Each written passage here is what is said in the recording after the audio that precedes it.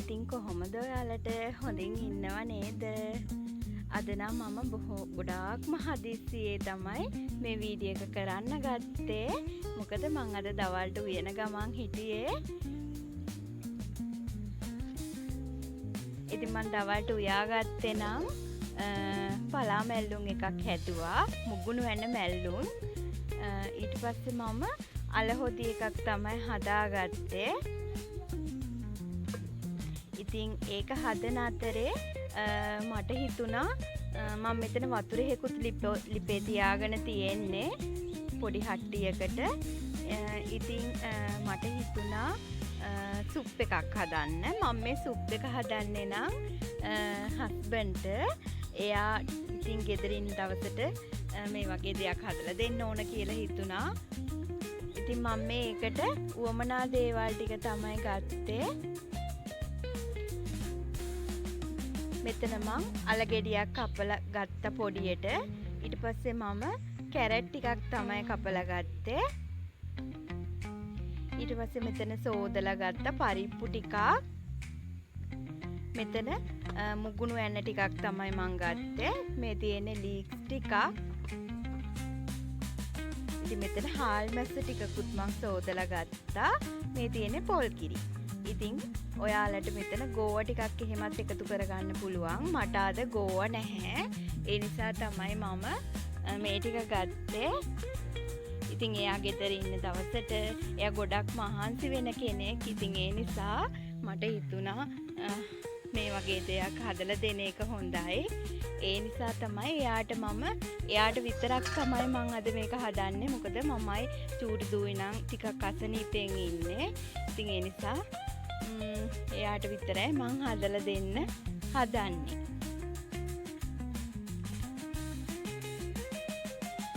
ඉතින් මෙතන මම වතුර එකක් ලිපේ තියාගෙන තියෙන්නේ. ඒකට මම ඉස්සෙල්ලා මේ පරිප්පු ටික තමයි දාගත්තේ.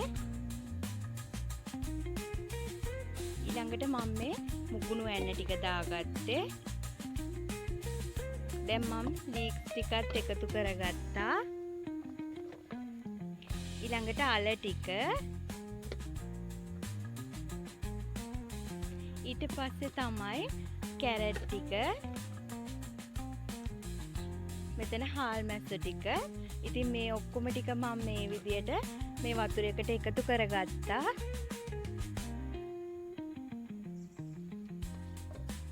දැන් ඉතින් මේ විදියට මම පියනකින් වහලා ටිකක් වෙලා තියාගත්තා.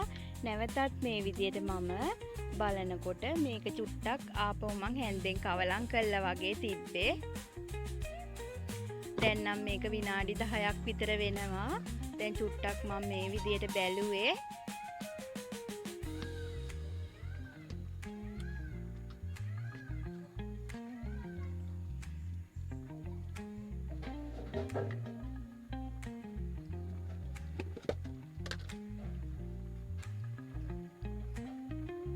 ඉතින් දැන් තමයි මම මේකට ලුණු ටිකක් එකතු කරගන්නේ.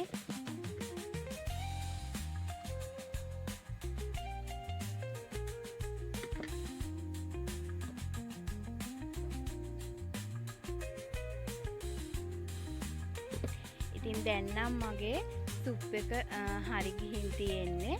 මේ අල එහෙම ඔක්කොම තැම්බිලා තියෙන්නේ.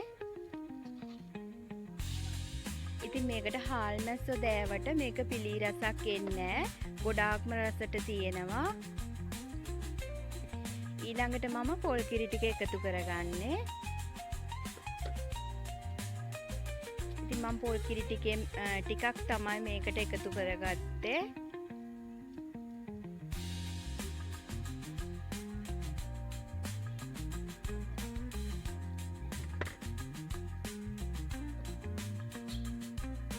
ඉතින් මේ විදියට මන් ටිකක් වහලා තියාගත්තා.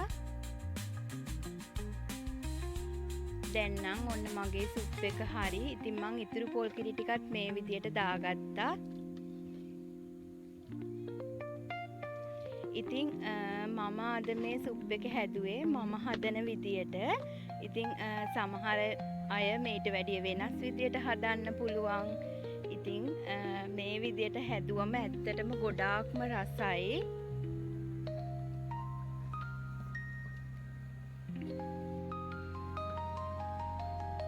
මේ තියෙන්නේ මං හදාගත්ත සුප් එක.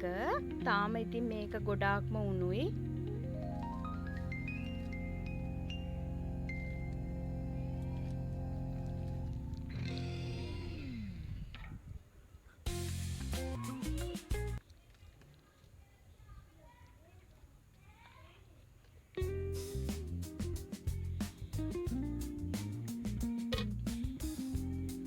ඉතින් මේ විදියට ටිකක් මං කවලම් කරලා ආපහු අහලා තියාගත්තා. මේ තියෙන්නේ දැන් නම් ටිකක් නිවිලා. ඒත් ඉතින් තාම ගොඩාක්ම නිවිලා නැහැ. මේ තියෙන්නේ මං හදාගත්ත සුප් එක. ඉතින් මේ බලන්නකෝ දැන් නම් හොඳටම නිවිලා තියෙන්නේ. මම දැන් මේක මේ හැන්දෙන් ටිකක් මේ විදියට කවලම් කරගන්නවා. එතකොට මේ කෑලි ටිකක් පොඩි වුණාම ගොඩාක්ම රසට එනවා. ඉතින් එතකොට ටිකක් උපුවට රසට එන්නේ. ඉතින් මේ වගේ සුප් එකක් ඔයාලත් හදලා බලන්න. මේ විදියට හදන්න නැති කෙනෙක් නම් මේ විදියටත් හදලා බලන්න. ඇත්තටම රසම රසයි. මේකේ රස කියන්න තරම් තේරෙන්නේ නැහැ. එච්චරටම රසයි. ඉතින් අද ඉතින් හස්බන්ඩ්ට විතරයි මම මෙතන හැදුවේ.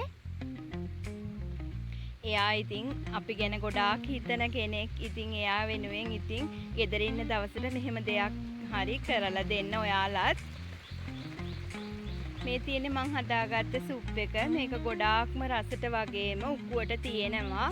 කිරි රසටත් තියෙනවා. ඉතින් මේ වගේ සුප් එකක් ඔයාලත් ගෙදර ඉන්න වෙලාවට හදලා බලන්න.